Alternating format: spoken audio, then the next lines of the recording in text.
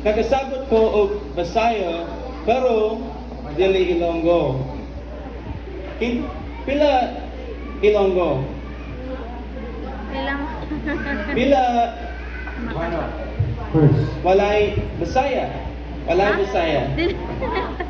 Oh. Gamay ako. Amen. So, maing uto, tatanang. So, my name is Jalen Taylor, Kong Marlan, and as Pastor Mike already said, that's my beautiful asawa, Annalyn Taylor, and glory to God.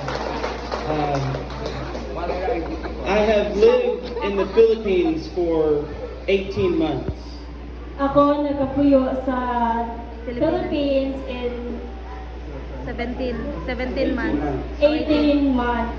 Praise God. As a missionary, or for the ministry, amen. So, this is my first time being here. Muli ang iyang first time dire nga nakadto. Amen. So, amen. So we're so happy to be here today. Nalibay kami, nayari kami dito mo. And we know that you have been through many battles and trials. Nahibaluan namon nga madamo kamo sa naagyan nga mga inaway ka mga pagtilaw. But we came to share the love of God with you. Pero nagkadto kami di subong To nga let, adlaw para sa gugma sa Dios. to let you know that Jesus is alive. Para ipabalo sa inyo nga buhi si Jesus. He died on the cross. Kag nabanhaw siya gikan sa mga patay. He rose from the dead. Kag nabanhaw siya gikan sa mga patay. And because of that, we have hope. Kag tuod sini may paglaom kita. So, let's open our hearts to listen to the Word of God. Gani buksan naton ang aton mga tagipusoon para pagdala sang pulong sang Dios. And I believe that God will speak to you today. Kag nagapati ako nga ang Dios nagahampan sa inyo karon nga adlaw. So my message is love and hope. Ang akon mensahe amo ang gugma sang paglaom sang Dios. Amen.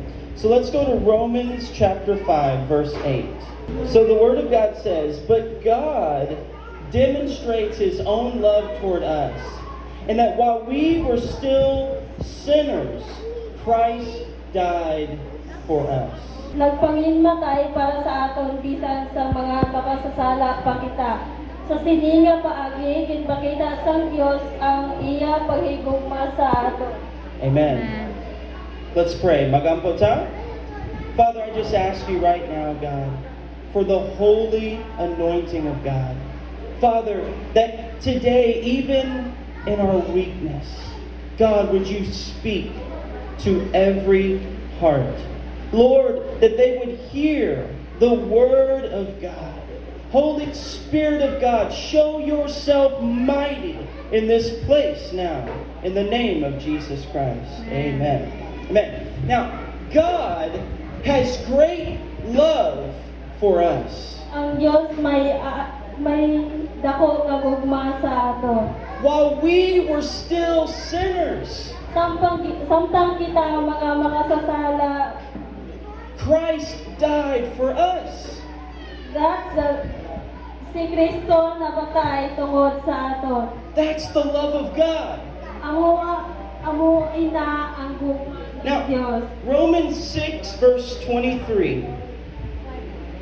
The Word of God says, "For the wages of sin is death, but the gift of God is eternal life in Christ Jesus our Lord." Romans 6:23. Kaya ang bayan sa sala amo ang kamatayon, pero ang kabuhi nga wala sing katapusan amo ang regalo sang Dios sa mga ara kay Kristo Jesus ang atong Ginoo. Amen. The wages of sin is death. Ang bayad sang sala amo ang kamatayon. What does that mean? Ano ang buot silingon? That is the consequence of sin. Amoy na ang resulta sang mga sala. God is giving us death for our sins. Ang Diyos nagahatag sa aton sa kamatayon para sa aton sala. See, God created a perfect world. Gintugas ang Diyos ang isa kahingpit nga kalibutan. The Garden of Eden. Ang harden sang Eden. Adam and Eve. Adan and Eve. Man had perfect fellowship with God. Ang tao mahimpit nga pakikupod sa Diyos. No death. Wala sing No kamatayon. suffering. Wala sing pag-antos. No sickness. Wala sing balatian. Until they sinned. Tugtog nga nakasala They sila. rebelled against the Word of God. Nagrebelde sila batok sa iya pulo. And sin entered the world. Kag ang nagsulod nga sala sa kalibutan. And it brought the curse of death and suffering. Nagdala ini sa sumpa sa kamatayon kag pag-antos. The Bible says through one man sin entered the world. Ang Biblia nagasiling paagi sa isa ka tawo nagsulod ang sala sa kalibutan. And death spread to all men. Kag ang kamatayon naglaton sa tanan And- nga mga tawo. And separation from God. Kag pagbulagay sang Dios. That's the consequence of sin. Amoy na ang resulta sang sala. That's why we see suffering. Amoy na kung nga akitan makita naton ang pag-antos. Earthquakes and typhoons. Lilong kag bagyo. Tragedies and the sorrow of heart. Mga trahedya kag ang kasubo sang tagipusoon Because of sin. tungod sang sala. The curse from the Garden of Eden. Ang sumpa halin sa harden sang Eden. And we have all sinned against God. Magkita kita tanan nakasala batok sa Dios. Ikaw o ako po. We have all sinned. Now, we have lied. Nagbinutig kita, We have stolen. nagapangawat kita, We have dishonored God. inpakahuyan naton ang Dios. None of us deserve God's mercy. Wala sa aton nagakadapat sa kaluoy sang Dios. We only deserve judgment. Nagadapat lamang kita sang paghukom. But the gift of God is eternal life in Jesus Christ our Lord. Apan ang dulot sang Dios amo ang kabuhi sang wala sing katapusan paagi kay Hesus Kristo. That's the love of God. Amoy na ang gugma sang Dios. While we were still sinners, Sang makasasala pa kita with nothing to offer, nga wala sing mahatag. Jesus came. Nagabot si Jesus. He lived a perfect life. Nagkabuhi siya himpit sa kabuhi. He took our place on the cross. Ginbulos niya ang atong lugar sa cross. The Holy Son of God, Ang balaan nga anak. perfect and innocent. Himpit kag inosente. He took our sin upon himself. Gindala niya ang atong sala sa iya kaugalingon. Do you understand the cross? Naintindihan mo ang cross? That's the love of God. Amoy na ang gugma sang Dios. Ang Diyos nahigugman ninyo. That's the love of God. The perfect Son of God died for you. Sa himpit nga anak sang Dios napatay para sa imo. John 3:16. For God so loved the world that he gave his only begotten Son, that whosoever believes in him should not perish, but have everlasting life.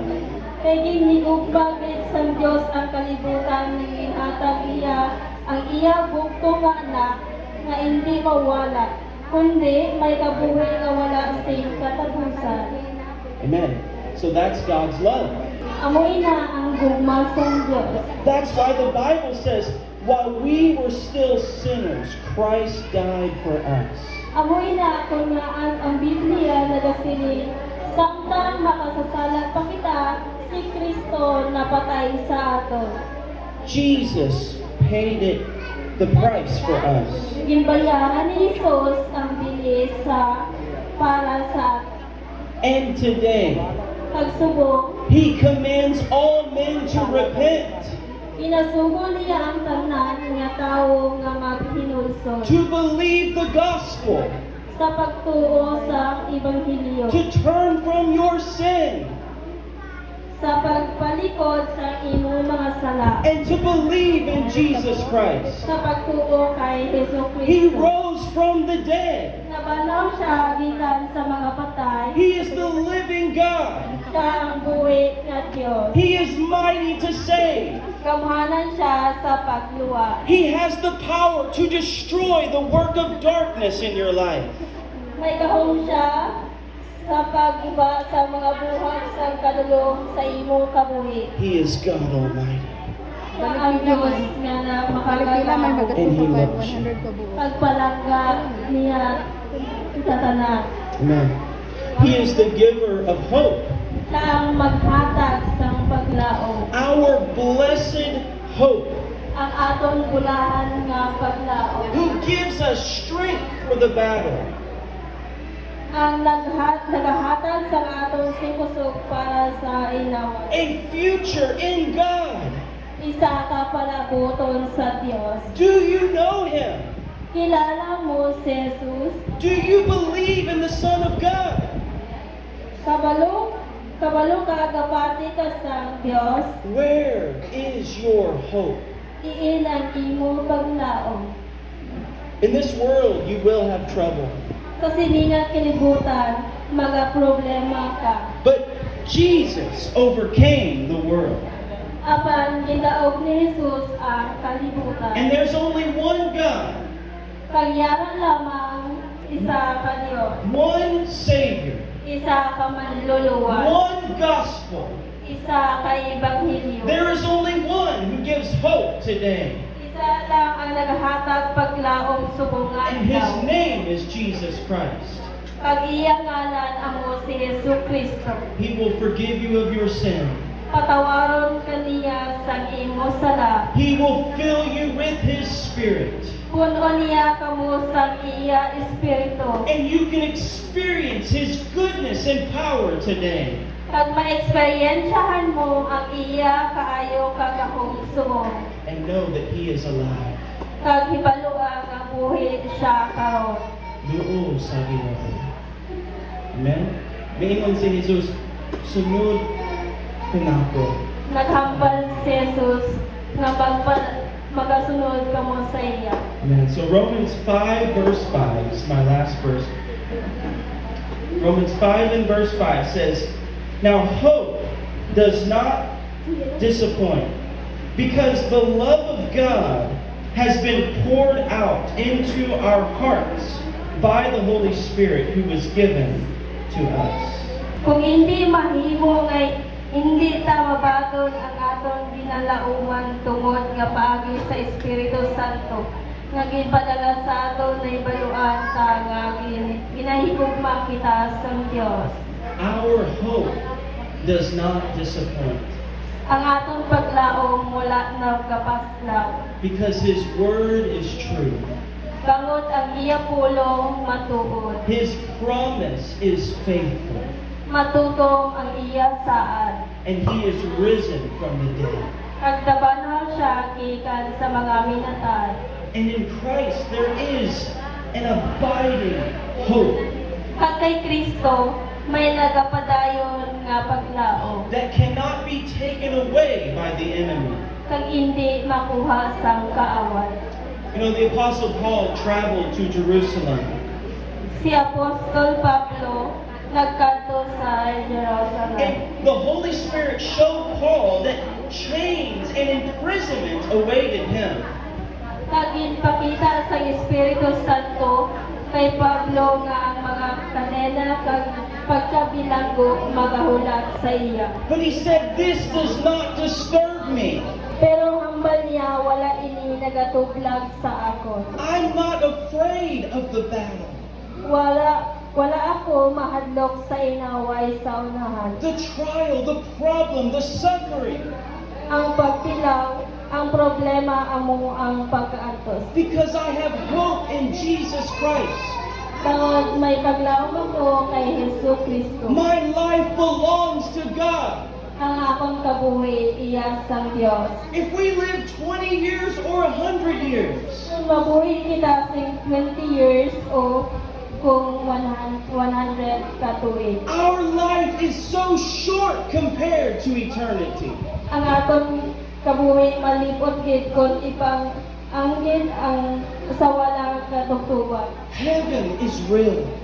Ang langit matuod. Hell is real. Ang impyerno matuod. And there's only one way to be saved. Ang isa lang ang pagi para maluwas ka In Jesus Christ. sa kay Kristo. Amen. We need the grace of God. Kinahanglan naton ang grasya sa Dios. See, God is holy. Ang Dios balaan. God is good and God is righteous. Ang Dios maayo kag ang Dios mataro. He hates sin. Ginaugtan niya ang sarap. He cannot fellowship with sinful man. Hindi siya makikupot sa makasasala nga tawo. That's why we need the grace of God. Amo ina ako nga kinahanglan naton ang grasya sa Dios. The Bible says, naluwas kita tungkol sa grasya, pinaagi sa kakdoo. Dili sa atong maayong mga buhat. Pero ang gift of God. We need the grace of God. Amo ina ako nga kinahanglan naton ang grasya sa Dios. Our sins must be forgiven. Ang atong sala dapat patawaron. We must be born again. Dapat kita matawliwa. We must be washed in the blood of Jesus Christ. Dapat kita mahugasan sa dugo ni Kristo. Don't wait until tomorrow. Hindi magulat tugtugwas. He loves you. Palangga kaniya. And He sent us with blessing today Kaginpadala niya kami nga may pagkamaayo. as a reminder of His grace and mercy. Bilang pagpahanumdum sa iya grasya kag kaluoy. Even in the midst of your trial, look to Christ. We must look to the cross. Amen? Lantaw sa cross. Amen. Jesus Christ paid it all. Amen? Now, today, if you will hear His voice, do not harden your heart. Subong nga adlaw, kung mabatian mo ang iyang tingog, hindi pagpatig-aha imo taging pusoon. He is calling you by the Holy Spirit. Ginatawag niya kamo paagi sa Espiritu Santo. Answer the call of God. Sabta ang panawagan sa Diyos. Surrender to Him Mag-surrender sa iya. and be saved today. Kag maluwas ka subong nga adlaw. You know, Lazarus was dead 4 days.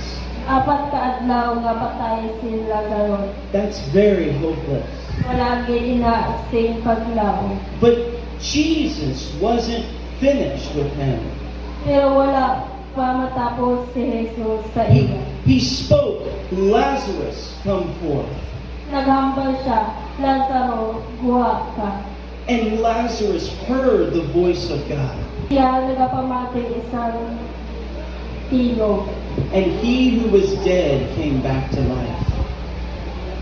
Kagpatay na siya, nabuhi liwat. Are you dead in your sins today? Na patay na bala ka mo sa inyong mga sala. Today you can come back to life.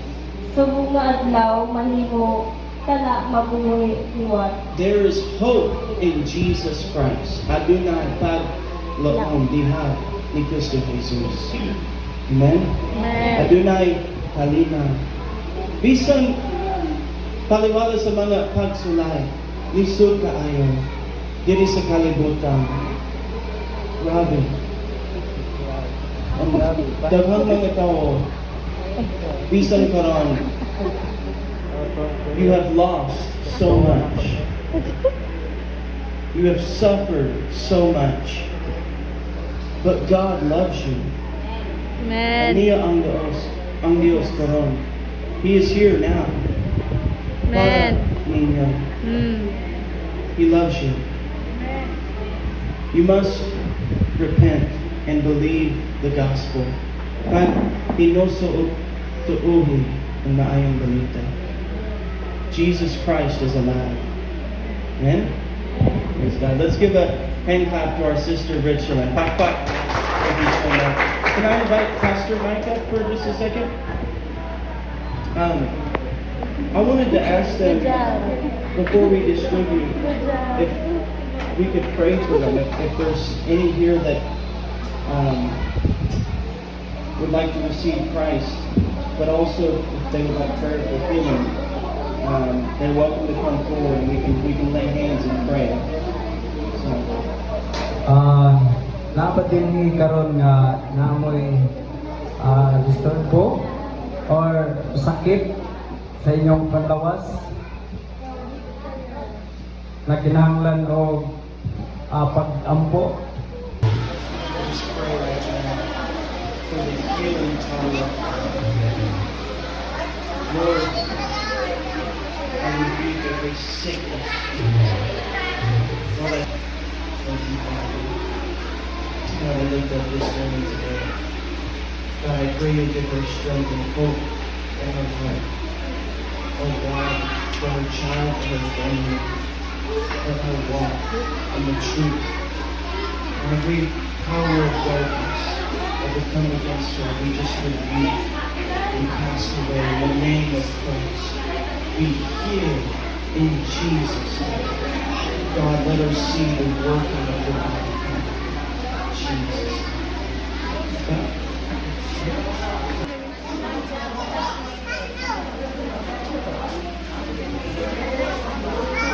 Mickey Lubata.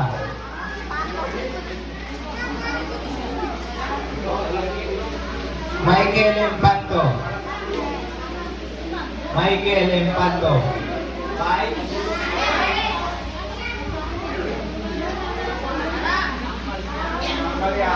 Marilyn Empanto.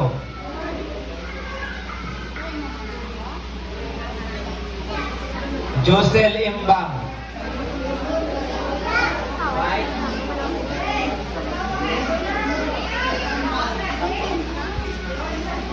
Marilo Francisco.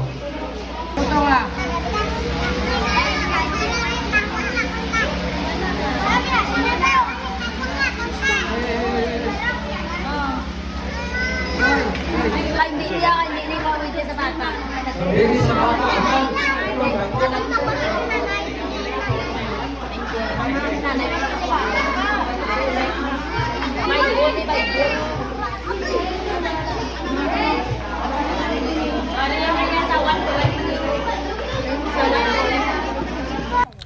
So we're here on the backside of the evacuation center, and there is the volcano right there, Mount Kanlan, but it's covered up by the clouds, and you can see we're walking back up toward our car, and we got to preach to over 70 families, and I've been told that I think they've all lost their homes, and a lot of them their rice fields, and when I came here, I was just overwhelmed by the love of God. And so anyways, may God bless all those who gave to make this possible today.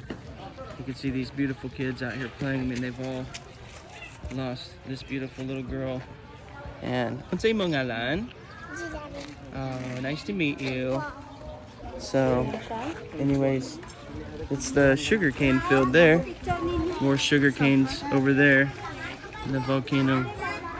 But it was really beautiful. We met a man that told us that this is the first time that anyone came here to preach the word of God to them. And this man, we were praying for his healing, but what he really needed was salvation. He received the Lord and was weeping. It was beautiful. It's a really powerful day.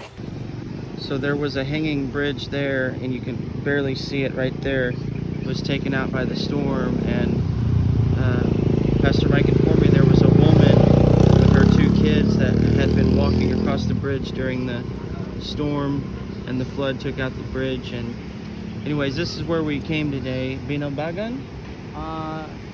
Moses Padilla. Oh. Magalion. And yeah, a lot of That's the floor people of the suffer. hanging bridge. You can see it right there. Wow. Still play.